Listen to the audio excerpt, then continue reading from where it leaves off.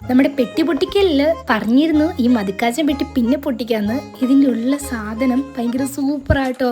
അത് ഞാൻ തുടക്കത്തിൽ തന്നെ അങ്ങനെ ഒരു എക്സ്പ്രഷനൊക്കെ ഇരുന്നേ.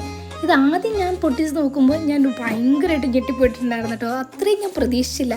ആദ്യം ഞാൻ പൊട്ടിച്ചു ഇതേപോലെ ഒരു സാധനം പുറത്തെടുത്തിട്ടോ. പിന്നെ തുറന്നു കഴിഞ്ഞപ്പോൾ അതിൻ്റെ ഉള്ളിൽ വേറെ ഒരെണ്ണം. അത്രയും ഞാൻ എക്സ്പെക്റ്റ് ചെയ്തിരുന്നു.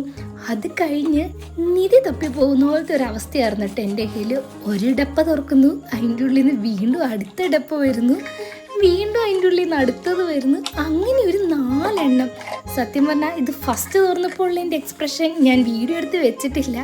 ഉണ്ടായിരുന്നെങ്കിൽ അതായിരുന്നു നിങ്ങൾ കാണേണ്ടത്. കാരണം അത്രയും ഞാൻ പ്രതീക്ഷിച്ചില്ല കേട്ടോ.